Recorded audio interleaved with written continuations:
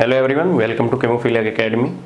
तो हमने stack number 4 तक की सारी बातें कंप्लीट कर ली थी। आई होप तुमको समझ में भी आ रहा होगा, क्योंकि तुम्हारा कोई डाउट आता तो है नहीं और ना ही कोई डाउट आएगा। तो हम बात करेंगे अब स्टैक नंबर 5 की। तो अब तक हम क्या देख रहे थे कि स्टैक नंबर 4 तक बस एस और पी ऑर्बिटल इन्वॉल्व हो रही थी। कितनी? एस और पी ऑर्बिटल। लेकिन जैसे ही स्टैक नंबर 5 की हम बातें करते हैं तो उसमें एक डी ऑर्बिटल भी आ जाती है। अगर मैं इसकी बात करूं तो इसका हाइब्रिडाइजेशन क्या होना चाहिए? sp3d। यही तो इसका हाइब्रिडाइजेशन होना चाहिए, बोलो होना चाहिए। अब देखो 3 और 1 4 5। अब डी की बात करते हैं। अभी तक सिर्फ मैंने खाली यहाँ पे डी ऑर्बिटल लिखा है, लेकिन तुम्हें तो पता है कि डी ऑर्बिटल खाली नहीं होती, अकेली नहीं होती, क्योंकि इसमें बहुत सारी वेरिएशन होते हैं। कैसी? कि इसमें दो होती है, एक होती है एक्सियल लूप्स और एक होती है नॉन एक्सियल लूप्स। होती है कि नहीं होती? एक्सियल लूप जैसे बोले तो डी जेड स्क्वायर, और फिर क्या होता है? डी एक्स स्क्वायर माइनस की वाई स्क्वायर। और नॉन एक्सियल में क्या आ जाएगा? D x y, d y z और डी जेड एक्स। अब हमारे पास तो 5 टाइप की है। अब क्वेश्चन ये आता है कि यहाँ पे डी कौन सी होगी? तो यहां से कहानी फिर स्टार्ट हो जाती है। क्या स्टोरी आती है कि इसमें जब हम चूज करते हैं तो हम दो ही ऑर्बिटल को चूज करते हैं। क्या? एक होता है हमारा डी जेड स्क्वायर और दूसरा होता है हमारा डी एक्स स्क्वायर माइनस के वाई स्क्वायर। अब तुम्हारे को मन में क्वेश्चन आ रहा होगा कि सर आपने एक्सेल वालों को चूज क्यों किया? दूसरा क्वेश्चन ये आ रहा होगा कि नॉन एक्सेल वालों को चूज क्यों नहीं किया? क्योंकि बच्चे यहाँ पे बहुत ज्यादा कंफ्यूज हो जाते हैं जब sp3d हाइब्रिडाइजेशन लिखते हैं, तो इनके ऑर्बिटल के चेंज करने से ज्योमेट्री भी चेंज हो जाती है। तो उसके पीछे क्या तरीका है, किस तरीके से आपको इन ज्योमेट्री को सिलेक्ट करना है, वो सारी बातें आज मैं डिस्कस करने वाला हूं। बस थोड़ा सा सब्र रखो, चीजों को ध्यान से सुनते रहो। अब जैसे ही तुमने डी जेड स्क्वायर किया तो यहां से जो हमारी ज्योमेट्री बन के निकलती है, जो हमारी ज्योमेट्री बन जाती है वो बन जाती है टीबीपी, ट्राइगोनल बाइपिरामिडल। क्या बन जाएगी? Trigonal bipyramidal. ठीक है। लेकिन जैसे ही हम डी एक्स स्क्वायर माइनस के वाई स्क्वायर लेते हैं तो यहां से जो हमारी ज्योमेट्री बन के आती है वो आती है स्क्वायर पिरामिडल।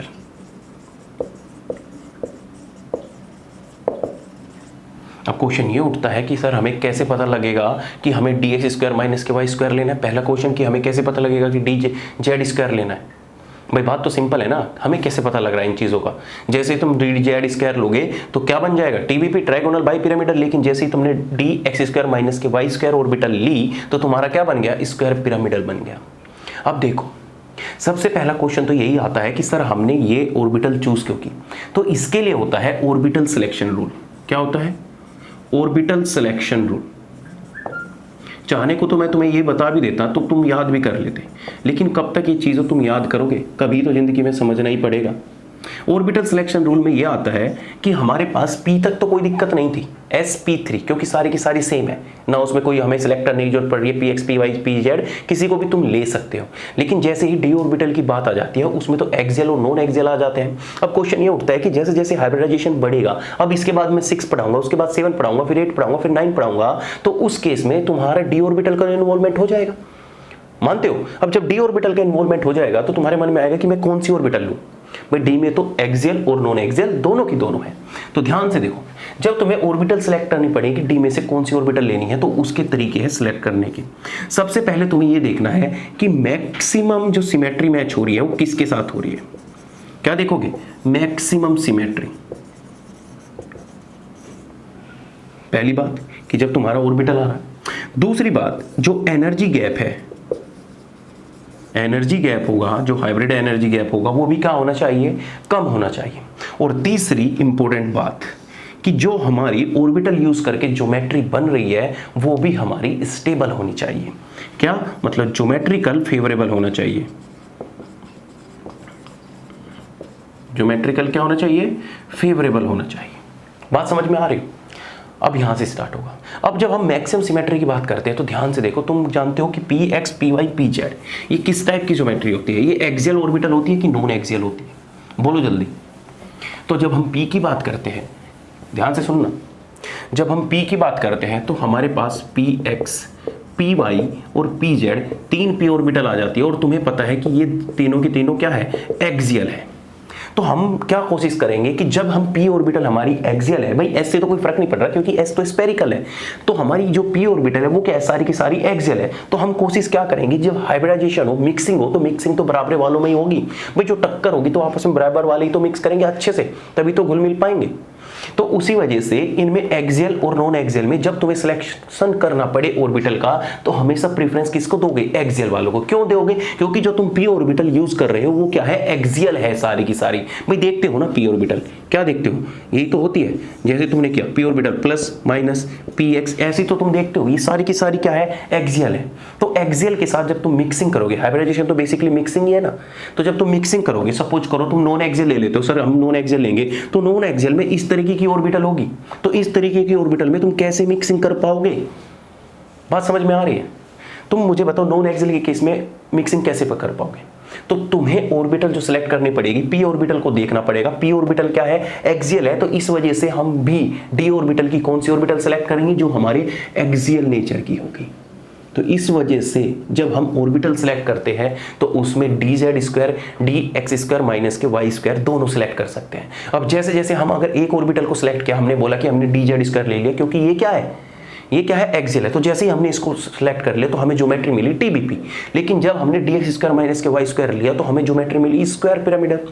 बात समझ में आ रही है। तो इस तरीके से पहला काम तुम्हारा क्या है, ऑर्बिटल सेलेक्ट करना। अब जैसे मैं तुम्हें बोल दूं कि जैसे तुम्हारा अब हाइब्रिडाइजेशन आ गया sp3d, तो तुम्हारी इसमें एक जो ऑर्बिटल होगी तो वो दोनों हो सकती है, एक्सियल तो दो है ना तुम्हारे पास, ये भी है ये भी है। अब जैसे मैं तुम्हारे पास हाइब्रिडाइजेशन बोल देता हूं कि चलो बताओ sp3d2 में जो ये d ऑर्बिटल है, जो d ऑर्बिटल यूज हो रही है वो कौन सी होगी। अब तुम्हें कुछ सोचना ही नहीं है, क्यों नहीं सोचना, पहले तुम्हें चीजें याद करनी पड़ती थी। अब तुम क्या बोलोगे, भाई ये जो p है ये एक्सियल है, तो हम जो d सेलेक्ट करेंगे वो भी क्या होगा, एक्सियल ही होगा। तो तुम यहाँ पे क्या कर दोगे, dz स्क्वायर और dx स्क्वायर माइनस के y स्क्वायर। और ये क्वेश्चन आ चुका है कि जो ऑक्टाहेड्रल ज्योमेट्री होती है sp3d2 क्या आ जाएगा, 6 आ जाएगा ऑक्टाहेड्रल में। तो स्टेप नंबर 6 में जो d2 होता है उसमें dd कौन सी होती है, तो उसमें आ जाता है, सिंपल सी बात है। अब देखो मैं तुम्हें और बोलता हूँ sp3d3, बताओ क्या होगा, sp3d3 में अगर थोड़ा सा भी कॉमन सेंस है तो बताओ मुझे sp3d3 में क्या होगा। तो कुछ नहीं करना, तुम्हें ये तो पता है कि पहले हमें एक्सियल को प्रेफरेंस देनी है। एक्सियल को प्रेफरेंस दोगे तो पहले क्या आएगा, dx स्क्वायर माइनस के y स्क्वायर, फिर क्या आ जाएगा dz स्क्वायर, और जब फिर बाद में तुम्हें सिमेट्री को ऑर्बिटल को सिलेक्ट करना पड़ेगा। अब एक्सियल वाली तो खत्म हो गई, अब हमें किस में कूदना पड़ेगा, नॉन एक्सियल में। तो जब हमें नॉन एक्सियल में कूदना पड़ेगा तो हम क्या देखेंगे भाई, तो उसमें हम फिर से सिमेट्री देखेंगे कि इन दोनों में सबसे ज़्यादा सिमेट्री मैच किसकी हो रही है। तो फिर उसके बाद हम क्या लेंगे, dxy लेंगे। तो dxy क्यों ले रहे हैं हम, dxy इस वजह से ले रहे हैं क्योंकि जो हमारा मॉलिक्यूल होगा वो एक xy प्लेन की तरह दिखेगा। बात समझ में आ रही है, फिर से सुन लो। जैसे ही हमें ऑर्बिटल सेलेक्ट करनी है, सबसे पहले एक्सियल को सिलेक्ट करना है। एक्सियल के सिलेक्ट करने के बाद जब हमारी एक्सियल खत्म हो जाएगी तो उसके बाद हमें क्या लेना है, dxy लेना है। क्यों ले रहे हैं, क्योंकि इसकी सिमेट्री इसके साथ मैच कर रही है। ये देखो, है ना सिंपल, बहुत सिंपल है। अब जैसे अब मैं तुम्हें बोल दूं, क्या बोल देता हूँ, जैसे p3d3 है, ये भी एक हाइब्रिडाइजेशन है, p3d3 ऑक्टाहेड्रल बोलते हैं, परफेक्ट ऑक्टाहेड्रल में आता है, आगे बताऊंगा। तो इसमें जो d3 होगा वो कौन कौन सी होगी, तो तुम सिंपल बोल दोगे कि सर यहाँ पे dx स्क्वायर माइनस के y स्क्वायर, dz स्क्वायर, और तीसरी क्या हो जाएगी, बोलो dxy हो जाएगी। लो, क्योंकि p हमारी क्या है, एक्सियल है। ऐसे ही अगर मैं तुमसे बोल दूं कि sd3 हाइब्रिडाइजेशन है या sd हाइब्रिडाइजेशन है तो उसमें क्या होगा, बोलो मुझे, बोलो। अगर मैं तुम्हें बोल दूं स्टैक नंबर 4 है, क्या है, स्टैक नंबर 4, तो स्टैक नंबर 4 में हाइब्रिडाइजेशन में तुम्हें बोल रहा हूं कि sd3 है, तो मुझे बताओ ये तीन ऑर्बिटल कौन सी होगी, बोलो बोलो। तो बिल्कुल सही आंसर है, तुमने क्या दिया, x dxy x square minus y square dz square, और फिर क्या दिया dxy। तो काट दो उसको, गलत दिया है तुमने। क्यों, क्योंकि जो तुम्हारी s ऑर्बिटल होती है वो होती है सिमेट्रिकल, बिल्कुल स्क्वायर। तो तुम्हारे पास जो इससे जो सिमेट्री बनेगी या इससे क्या मिलता है, टेट्राहेड्रल मिलता है। वो टेट्राहेड्रल की सिमेट्री कुछ इस तरीके की होती है ना, सारे के सारे बॉन्ड इक्विवेलेंट होते हैं। जब सारे के सारे बॉन्ड इक्विवेलेंट होंगे तो हमें मिक्सिंग भी ऐसी ऑर्बिटल की करनी पड़ेगी कि मिक्सिंग होने के बाद सारी की सारी बॉन्ड लेंथ इक्वल ही रहे। अब कोशिश करो, तो मेरी बात समझो कि अगर मैं यहाँ इस टेट्राहेड्रल में d3 में dx स्क्वायर माइनस के y स्क्वायर dz स्क्वायर ले लेता, इन दोनों ऑर्बिटल का इन्वॉल्व कर देता, तो तुम्हें पता है dz स्क्वायर की तो शेल्डिंग पावर हाई होती है, वो तो सिग्मा बॉन्ड स्ट्रॉन्ग बनाएगा। तो इसके कंपेयर में जब हमारी टेट्राहेड्रल ज्योमेट्री बनेगी तो वो तो डिफरेंट बन जाएगी। बात समझ रहे हो, जो तुम अपना दिमाग हर जगह यही लगाने लगते हो ना, फिर तुम्हें जब मैंने बता दिया कि तुम्हें सिमेट्री देखनी है, लेकिन सिमेट्री के साथ साथ तुम्हें ज्योमेट्री भी तो देखनी है। अब देखो यहाँ पे ये क्या है, टेट्राहेड्रल ज्योमेट्री बन रही है। टेट्राहेड्रल में क्या बनेंगे, सारे के सारे बॉन्ड लेंथ इक्वल होने चाहिए, बॉन्ड डिस्टेंस इक्वल होनी चाहिए। तो वो कब होगी, जब तुम्हारा यहाँ पे D3 में तीनों की तीनों जो ऑर्बिटल होगी वो नॉन एक्सियल होगी। क्या होनी चाहिए यहाँ पे, DXY, DYZ और DZX। जब ये तीनों की तीनों मिक्स करोगे तो तुम्हारी बॉन्ड डिस्टेंस सारी की सारी सेम आएगी। तो ऐसे भी हाइब्रिडाइजेशन में पूछ लेता है कि SD3 में क्या होता है। बोलो, बात क्लियर है, बहुत सिंपल है। चलो अब मुझे बताओ, अगर मैं बोल दूं SD2 तो उसमें क्या लोगे, बोलो। अरे क्या लोगे, पहले तुम्हें ऑर्बिटल सिलेक्शन रूल ही दिखाना पड़ेगा, जो तुम रट्टे मारते हो एग्जाम में आ जाता है कि क्या है क्या है, बोलो जल्दी। अगर मैं तुम्हें बोल दूं PD SD इस तरीके के हाइब्रिडाइजेशन बोल दूं, ये भी पॉसिबल है, ध्यान रखो आगे बताऊंगा। तो उनमें कैसे करोगे, PD में बताओ, PD कैसे करोगे। चलो तुम्हारे सामने बोल देता हूँ, हाइब्रिडाइजेशन तुम्हें लिख के दे दिया, कितने बता दिया मैं तुम्हें हर चीज़ में। देखो sp3d बता दिया, sp3d2 बता दिया, उसके बाद sp3d3, उसके बाद p3d3, उसके बाद sd, उसके बाद pd। हर किसी में बताना है कि d ऑर्बिटल कौन सी है, ठीक है। pd हो गया, फिर क्या आ गया sd2, sd3। बताओ सारों में क्या होगी। तो बहुत सिंपल है, कुछ नहीं देखना। अब तुम्हें यहाँ पे देखना है P के साथ मिक्स हो रहा है, P के साथ जब मिक्स हो गया भाई, P मिक्सिंग में मेजर रोल प्ले कर रही है। तो यहाँ पे ये दोनों हो सकती है, क्या क्या, कि ये dx² माइनस के y² भी हो सकती है और ये dz² भी हो सकती है। जब dz² होती है तो हमारी ज्योमेट्री TBP होती है, और जब dx² माइनस के y² होती है तब हमारी ज्योमेट्री स्क्वायर पिरामिडल होती है। पहली बात। जब इसकी बात करेंगे ऑक्टाहेड्रल की, तो इसमें हमारा dx² माइनस के y² एंड dz² होगी, दोनों की दोनों होगी, ठीक है। ये डाल दो। अब इसकी बात करेंगे तो इसमें क्या आ जाएगा, पहले हमारा आ जाएगा dx² माइनस के y², फिर क्या आ जाएगा dz², और उसके बाद हम जो देंगे ऑर्बिटल नॉन एक्सियली आएगी। सिंपल सी बात है। तो तुम्हें उसमें सिलेक्ट क्या करना पड़ेगा, xy। क्यों xy सिलेक्ट करें, क्योंकि इसकी सिमेट्री इसके साथ मैच ज़्यादा कर रही है, समझे। अब बताओ P3D3 में क्या हुआ, तो सिंपल सी बात है Px Py Pz, और D3 की बात करेंगे तो यही आ जाएगी, क्या आ जाएगी, सिंपल dx² माइनस के y², dz² और dxy आ जाएगी। बताओ SD की स्ट्रक्चर क्या होगी, ज्योमेट्री क्या होगी SD हाइब्रिडाइजेशन की। तो इसमें क्या आ जाएगा, बोल दो, तुम्हें बस मान जाऊँ मैं, क्या दोगे इसमें, dx² माइनस के y² दोगे या क्या दोगे। तो इसमें जो हमारी D इन्वॉल्व होगी वो होगी dz²। रीज़न पूछो और एक चार्टा भी लगाओ गाल पे। क्यों, क्योंकि सर हमें पता नहीं था। अब मुझे बताओ, SD हाइब्रिडाइजेशन है, 2 स्टेरिक नंबर है। जब 2 स्टेरिक नंबर होता है तो हमारी स्ट्रक्चर ज्योमेट्री क्या बनती है, हमारी ज्योमेट्री क्या बनती है, लीनियर ही तो बनती है हमारी शेप। तो लीनियर जब शेप बनेगी तो SD इस तरीके से मिक्स करेगा। और मुझे बताओ D ऑर्बिटल में अकेली कौन सी ऑर्बिटल है जो हमारा सिग्मा बॉन्ड बनाना ज़्यादा प्रीफर करती है, तो dz²। सिंपल सी बात है। तो dz² जब इसके साथ आएगा इस तरीके से, तो ये यहाँ पे परफेक्ट क्या करेगा, सिग्मा बॉन्ड बनाने की टेंडेंसी ज़्यादा होगी। तो ये छोटी छोटी बातें भी तुम्हें ध्यान रखनी है। तो SD में हाइब्रिडाइजेशन SD होगा तो स्टेक नंबर 2 होगा, लीनियर होगा। ध्यान रखना SD हाइब्रिडाइजेशन लीनियर होगा। तो जब लीनियर होगा तो यहाँ पे क्या आएगा, dz² आएगा। अब बोलो PD में क्या होगा, PD भी लीनियर होगा, PD भी क्या होगा हमारा, लीनियर होगा। तो जब लीनियर होगा तो इसमें Px Py Pz तो कोई भी हो सकती है, लेकिन इसमें हमारी D क्या होगी, dz² ही होगी। तो सिंपल सी बात है, क्योंकि D की मैक्सिमम टेंडेंसी क्या होती है, सिग्मा बॉन्ड फॉर्म करने की। तो इसमें भी हमारा क्या होगा, PD में dz² होगा। और इनका एंगल थीटा की बात करो तो कितना होगा, दोनों के लिए 180 डिग्री होगा। बोलो हाँ कि ना, होगा। तो ये भी क्या होगी, हमारी लीनियर ही होगी। SD PD ये दोनों के दोनों क्या हो गए, लीनियर। चलो अब SD2 के पास चलते हैं। तो SD2 बिल्कुल आइसो स्ट्रक्चर होता है SP2 के। SP2 क्या होता है, प्लेनर होता है। प्लेनर होता है कि नहीं होता, तो हमारा SD2 भी क्या होगा, प्लेनर। अब मुझे बताओ D कौन सी होगी, बताओ। जब प्लेनर स्ट्रक्चर है, BF3 मॉलिक्यूल टाइप स्ट्रक्चर है, ये देखो इस तरह की टाइप की स्ट्रक्चर होती है। अब मुझे बताओ तीनों के तीनों बॉन्ड इक्विवेलेंट है, प्लेनर है। अब सपोज करो, तुम खुद से दिमाग लगाओ, तुम ना हर एक चीज का ना रट्टा मार के बैठे हो क्या कि हमेशा जब भी डी ऑर्बिटल सेलेक्ट करनी होगी तो हम dx² y² और dz² को पहले घुसेड़ देंगे, पहले डाल देंगे आगे, ले भाई तू जा। लेकिन ऐसा नहीं होता, हर चीज का टाइम होता है, हर चीज की वजह होती है होने की ना होने की। समझो कितनी बड़ी बातें कर रहा हूं मैं। तो यहाँ पे क्या होगा, ये देखो ये बॉन्ड क्या है, तीनों के तीनों इक्विवेलेंट है, सेम बॉन्ड स्ट्रेंथ है। अगर सपोज करो तुम कह रहे हो कि सर अगर मैं यहाँ पे dx² माइनस के y² ले लेता और फिर dz² ले लेता तो दोनों की बॉन्डिंग फॉर्मेशन टेंडेंसी अलग अलग है। भाई dz² ज़्यादा अच्छा सिग्मा बॉन्ड बनाना प्रीफर करता है, जबकि dx² माइनस के y² अच्छा पाई बॉन्ड बनाना प्रीफर करते हैं। तो हम इस केस में जब इसके केस लेंगे तो दोनों ऐसी ऑर्बिटल सेलेक्ट करेंगे जिनकी दोनों की सेम टेंडेंसी हो बॉन्ड फॉर्मेशन करने की, चाहे वो पाई बॉन्ड हो चाहे वो सिग्मा बॉन्ड हो।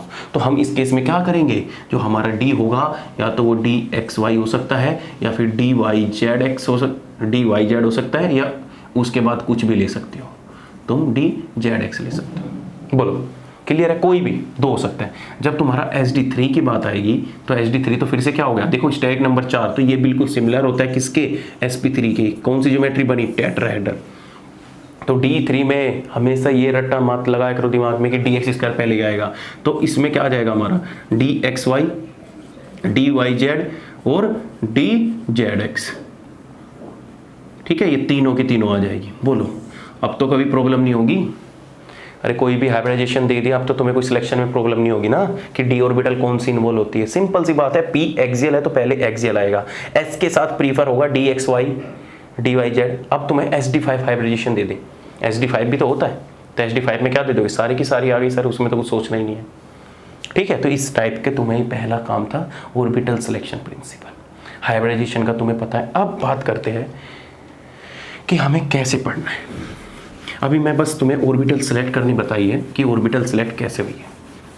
अब देखो होता क्या है, बहुत कहानी आ जाती है इस स्टेज नंबर 5 में, बहुत ज़्यादा कन्फ्यूज़न रहती है कि कौन सा ट्राइगोनल बाई पिरामिडल होगा, कौन सा स्क्वायर पिरामिडल होगा, क्योंकि बच्चे इस ज्योमेट्री में बहुत फंसते। अगर तुम PCL5 दोगे तो TBP होगा, अगर तुम SBCL5 दोगे तो वो क्या होगा, तुम्हारा स्क्वायर पिरामिडल होगा। तो हर चीज़ का आंसर तुम्हें आज मिलेगा। अब देखो सबसे पहले ऑर्बिटल सिलेक्शन तुम समझ गए किस तरीके से करना है, किसी भी ज्योमेट्री के लिए कर लोगे। अब बात आती है, मैं एक चीज़ को एक्सप्लेन करूँगा फिर दूसरे पे जाऊँगा, ठीक है। जैसे सबसे पहले मैं तुम्हें TBP ज्योमेट्री उठा रहा हूँ कि TBP, तुम्हें TBP में ध्यान से तो पता लग ही गया है कि स्टेरिक नंबर तो दोनों में सेम ही है, कितना 5, और हाइब्रिडाइजेशन तुम्हें पता ही लग चुका है कि sp3d है, और यहाँ पे जो d इन्वॉल्व होगी वो dz² इन्वॉल्व होगी। अब देखो होता क्या है, तुम्हें पता है s px py pz और dz², इन सब की आपस में मिक्सिंग होती है। मिक्सिंग किस प्रकार से होती है कि पहले हमारा sp2 मिक्स कर जाता है, s px py आपस में प्लेन करके क्या बना लेंगे, sp2, और sp2 हमारा क्या होता है, प्लेनर होता है कि नहीं होता, बोलो होता है। और जो हमारा pz और dz² है, इन दोनों की सिमेट्री मैच कर रही है। भाई तुम्हें z ही देख लो, तुम्हें उससे कोई फर्क ही नहीं पड़ता। तुम देखो यहाँ z है, यहाँ भी z है, और इजी कर देता हूँ, तो तुम देख रहे हो इन दोनों की सिमेट्री मैच कर रही है। तो दूसरा हमारा जो होता है वो pd मिक्सिंग से होता है, एक pz और एक क्या होता है, dz², इन दोनों की मिक्सिंग से होता है। अब जब हम इन दोनों को आपस में कंबाइन कर देंगे तो ओवरऑल हमारा क्या बन जाता है, TBP बन जाता है। कैसे, जब तुमने sp2 मिक्स किया तो तुम्हारा क्या बनेगा, प्लेनर स्ट्रक्चर बनेगी कि बनेगी, बोलो इस तरीके की प्लेनर स्ट्रक्चर बनेगी कि नहीं बनेगी, बनी। अब जैसे ही तुम PD मिक्स करोगे तो हमारा PD मिक्सिंग कैसे होती है, देखो ये p ऑर्बिटल कुछ इस टाइप की होगी, पॉजिटिव नेगेटिव होगी कि नहीं होगी। ऐसे ही हमारी dz² ऑर्बिटल होगी, तो dz² पे ये पॉजिटिव लूप्स, ये भी पॉजिटिव, इधर क्या होगा नेगेटिव। तो ये आपस में जब दोनों मिक्स करेंगे, मिक्स करने के बाद ओवरऑल जो ज्योमेट्री बनेगी, या इन दोनों की मिक्सिंग के बाद जो नई हाइब्रिड ऑर्बिटल बनेगी वो इसके साथ मिक्स करके लूप्स की और इंटेंसिटी को बढ़ा देगी। मतलब जैसे सिंपल सी करो कि ये पहले इतना था, तो जब तुम मिक्स कर दोगे तो ये इस तरीके से बढ़ जाएगा, नीचे इस तरीके से बढ़ जाएगा, बढ़ेगा कि नहीं बढ़ा। इसी की वजह से तुम क्या देखते हो, इसमें 2 एक्सियल बॉन्ड होते हैं। तो ये हमारी ओवरऑल क्या बन गई है, TBP ज्योमेट्री बन गई है। अगर बीच में सेंटर दे देता हूँ कोई भी M, क्या बन चुकी है, TBP ज्योमेट्री। बोलो कोई दिक्कत है इसमें, तुम्हें पता लगा कि TBP कैसे बनती है। टीबीपी बनती कैसे है कि जो ये एक्सियल बॉन्ड बने हैं ये पीडी मिक्सिंग से बने हैं, पीडी मिक्सिंग से बने हैं। ये भी किससे बना है? पीडी मिक्सिंग से बने हैं। इसीलिए तो तुम्हें क्या दिखते हैं कि जो हमारे ये एक्सियल बॉन्ड है इनको हम क्या बोलते हैं? एक्सियल बॉन्ड या एक्सियल पोजीशन या पोजीशन, और जो ये है इसको हम बोलते हैं इक्वेटोरियल पोजीशन, इक्वेटोरियल पोजीशन। अब इन दोनों में देखो ध्यान से, हमारे जो ये एक्सियल पोजीशन होती है ये वाली दो, ये दोनों की दोनों क्या होती है? बड़ी होती है। कैसे? क्योंकि जो इनमें मिक्सिंग होकर आई है वो पीडी मिक्सिंग हुई है, और जो ये बॉन्ड फॉर्मेशन हो रहे हैं इनमें SPX और PY बॉन्ड फॉर्मेशन हो रहे हैं। मतलब ये XY प्लेन, एक ऊपर की तरफ और एक नीचे की तरफ। पता चली कुछ नई बातें? ध्यान से देना। अब देखो जब पीडी मिक्सिंग हो रही है तो तुम्हें पता है पीडी मिक्सिंग तो क्या होती है? एक लीनियर ज्योमेट्री को शो करती है कि नहीं करती? इसलिए जो एक्सियल के बीच में जो बॉन्ड होता है ये वाला, ये हमारा कितना होता है? 180 का होता है। और जो हमारा sp2 मिक्स होके आता है, sp2 में कितना होता है? 120। तो इसी वजह से यहाँ पे ये जो बॉन्ड एंगल है ये कितना है? 120 का है। सुना ध्यान से, फिर से सुन लो। जब तुम्हारा sp3d hybridisation trigonal bi pyramidal में बन के आता है तो ट्राइगोनल, इसको बोलते हैं ट्राइगोनल बाई पिरामिडल, मतलब एक एक्सियल ऊपर की तरफ एक एक्सियल नीचे की तरफ, इसलिए हम इसको क्या बोलते हैं? Trigonal bi pyramidal. बात समझ में आ रही है? अब होता क्या है कि जो ये एक्सियल बॉन्ड फॉर्मेशन होते हैं ये बाई पिरामिडल वाले, ये पीडी मिक्सिंग से फॉर्म होते हैं। इनमें 0% एस करेक्टर होता है। अगर मैं तुमसे पूछने लगूं कि ये एक्सियल बॉन्ड है, इसमें क्या है? 0% एस करेक्टर प्रेजेंट है, क्योंकि ये किससे बने हैं? प्योर पीडी मिक्सिंग से बने हैं। मतलब 0 बोलना तो बिल्कुल वही है, लेकिन बहुत कम है, बहुत ही कम। तो हम इनको प्योर क्या बोल देते हैं? प्योर डी मिक्सिंग से। और जो ये इक्वेटोरियल बॉन्ड बने हैं ये किससे बने हैं हमारे? बोलो। जो इक्वेटोरियल बॉन्ड बने हैं इसमें एस करेक्टर और PX PY मिक्स हो रखे हैं, और तुम्हें पता है कि bond strength is directly proportional to s character. पता है कि नहीं पता? और P character is direct bond length inversely proportional to P character. बोलो। मतलब तुम्हें क्या पता है कि जो एस करेक्टर होते हैं डायरेक्टली प्रोपोर्शनल होते हैं बॉन्ड स्ट्रेंथ के, होते हैं कि नहीं होते? एंड इनवर्सली प्रोपोर्शनल होते हैं बॉन्ड लेंथ के, होते हैं। तो इस वजह से ध्यान से सुन लो मेरी बात कि जो हमारा एक्सियल बॉन्ड होते हैं उनमें कोई भी एस करेक्टर प्रेजेंट नहीं है। दिख रहा है तुम्हें? क्योंकि ये प्योर किससे फॉर्म हो रखे हैं? पीडी मिक्सिंग से हो रखे हैं, और पीडी मिक्सिंग में तो कोई भी एस करेक्टर प्रेजेंट नहीं है, कोई भी एस ऑर्बिटल का इन्वॉल्व नहीं हो रखा। इसलिए जो ये एक्सियल वाले बॉन्ड होते हैं उनमें एस करेक्टर प्रेजेंट नहीं होते। लेकिन इक्वेटोरियल पोजीशन में यहाँ पे क्या होता है? sp2 होता है, तो इस वजह से इसमें क्या होते हैं? एस करेक्टर प्रेजेंट होते हैं, और जिसमें एस करेक्टर प्रेजेंट होगी उसकी बॉन्ड लेंथ भी कम होगी और उसकी बॉन्ड स्ट्रेंथ भी हाई होगी। इस वजह से जो टीबीपी ज्योमेट्री होती है उसमें एक्सियल बॉन्ड लंबे होते हैं और इक्वेटोरियल बॉन्ड छोटे होते हैं। बोलो हाँ या ना? बोलो। कुछ बात समझ में आई? तो सबसे पहला काम तो क्या हो गया कि जो हमारे टीबीपी ज्योमेट्री होती है, क्वेश्चन नंबर फर्स्ट में क्या होगा कि जो हमारे एक्सियल बॉन्ड लेंथ होती है, एक्सियल बॉन्ड लेंथ जो होती है वो क्या होती है? ग्रेटर होती है किससे? बॉन्ड लेंथ ऑफ इक्वेटोरियल से। अगर मैं बॉन्ड स्ट्रेंथ की बात करूं, क्वेश्चन नंबर 2 बॉन्ड स्ट्रेंथ की बात करूं, देखो बॉन्ड स्ट्रेंथ किसकी होगी? इक्वेटोरियल की। जो इक्वेटोरियल बॉन्ड होंगे उनकी बॉन्ड स्ट्रेंथ हाई होगी एक्सियल से। इसलिए जब हम थर्मल डिकम्पोजिशन दिखाते हैं, जब हम थर्मल डिकम्पोजिशन दिखाते हैं, तुमने देखा नहीं है तो PCl5 एक बेस्ट एग्जांपल इसी का ही तो होता है टीबीपी का। जैसे तुम हीट करोगे तो PCl3 प्लस के Cl2 बन जाता है। वो Cl2 बाहर कौन से Cl बाहर जाते हैं? यही तो Cl बाहर जाते हैं, ये एक्सियल वाले, यही तो एक्सियल वाले बाहर जाते हैं। जो तुम बचपन से रट्टे मार के आ रहे हो बॉन्ड बड़े हैं, क्यों बाहर चले जाते हैं? सिंपल सी बात है, एक तो बॉन्ड स्ट्रेंथ बहुत कम है। क्यों? क्योंकि एस करेक्टर प्रेजेंट नहीं है। इसलिए जब थोड़ा सा भी थर्मली हीट करोगे तुम इसको डायरेक्ट क्या करेंगे? एक्सियल बॉन्ड बाहर निकल जाएंगे। बात समझ में आ रही है? अब इंपॉर्टेंट क्वेश्चन मुझे बताओ, total number of bond angle in TBP.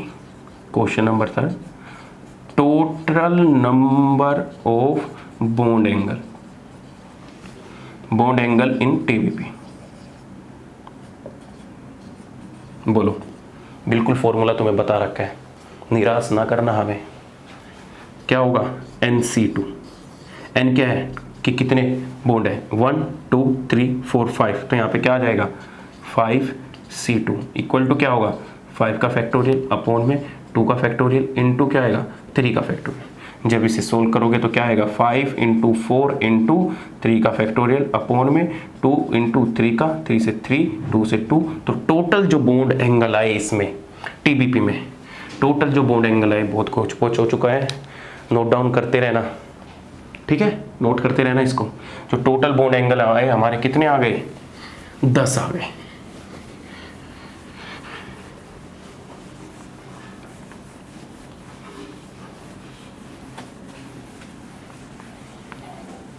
जो टोटल बॉन्ड एंगल आए हमारे 10 आ गए।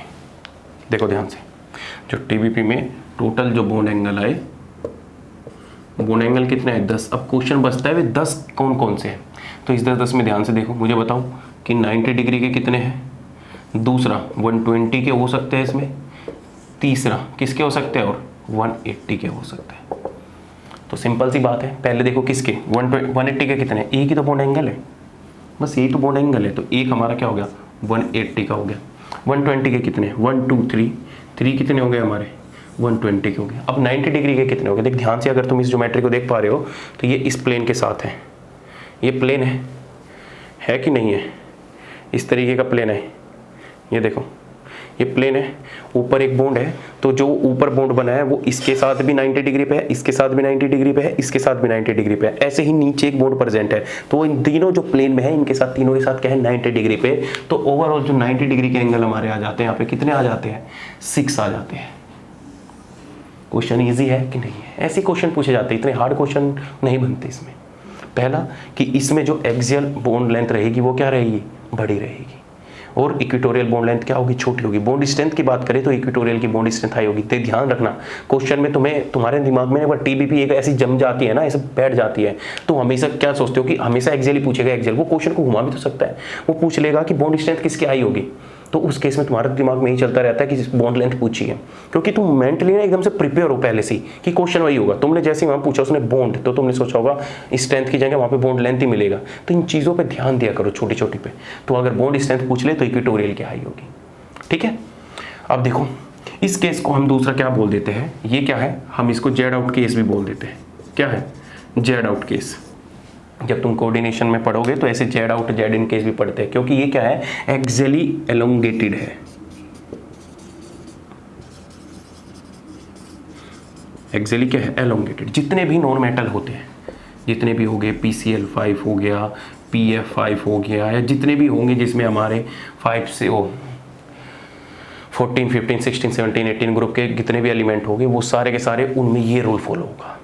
लेकिन अगर तुम्हारे पास कोई सेंट्रल एटम, जब तुम्हारे पास कोई सेंट्रल एटम क्या आ जाता है ट्रांजिशन आ जाता है, ट्रांजिशन मेटल आ जाता है, जैसे मैं तुम्हें बोल दूं कि FeCO5 पहला एग्जाम्पल, जैसे मैं तुम्हें दूसरा एग्जाम्पल बोल दूं CuCl5 3 नेगेटिव, इस तरीके से बोल दूं, तो इन केस में अगर मैं तुमसे पूछने लगूं कि बताइए मुझे ये आ रखा है, टेंशन मतलब ये आ रखा है, ये क्वेश्चन आ रखा है, तभी तो तुम्हें बता रहा हूं मैं, ये आ रखा है नेट में आ रखा है।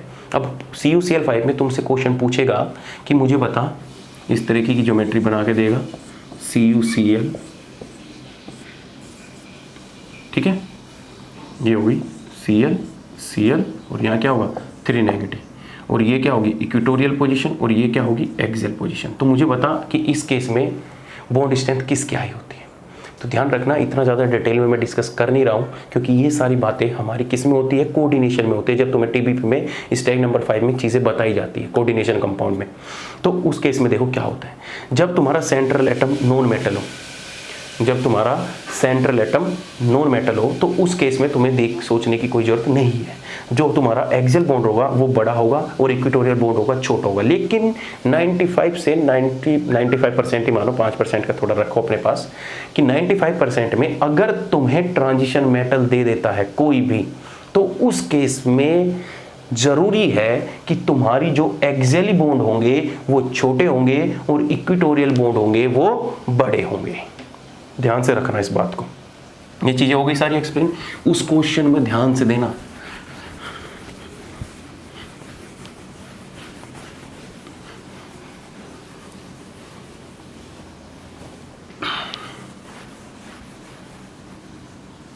क्या कि इन केस में अगर तुमसे पूछ ले, बॉन्ड एंगल बॉन्ड लेंथ सब कुछ सेम है लेकिन बॉन्ड लेंथ डिफरेंट हो जाती है, तो क्या हो जाएगा इन केस में, जिसमें हमारा मेटल ट्रांजिशन मेटल होगा, उस केस में जो बॉन्ड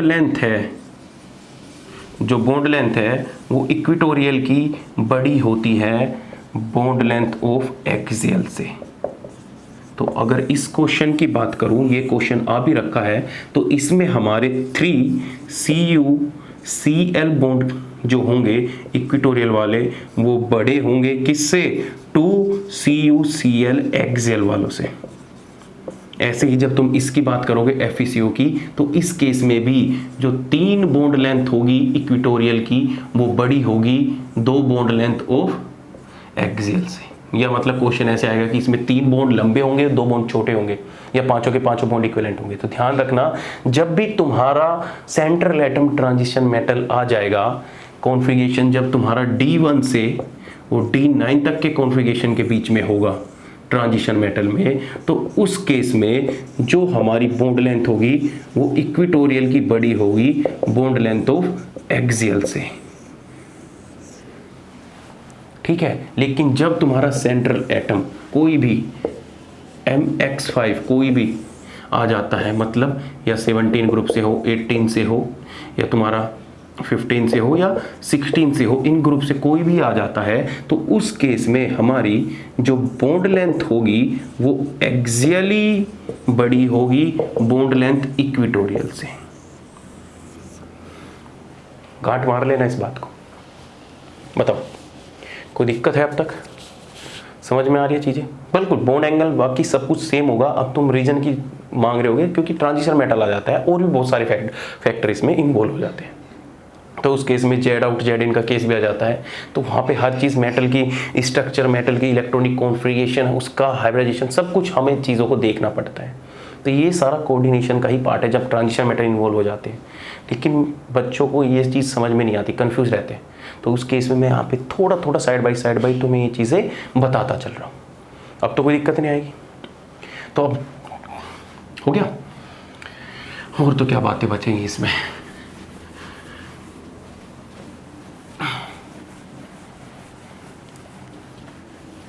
चलिए अब एग्जाम्पल की बात करते हैं।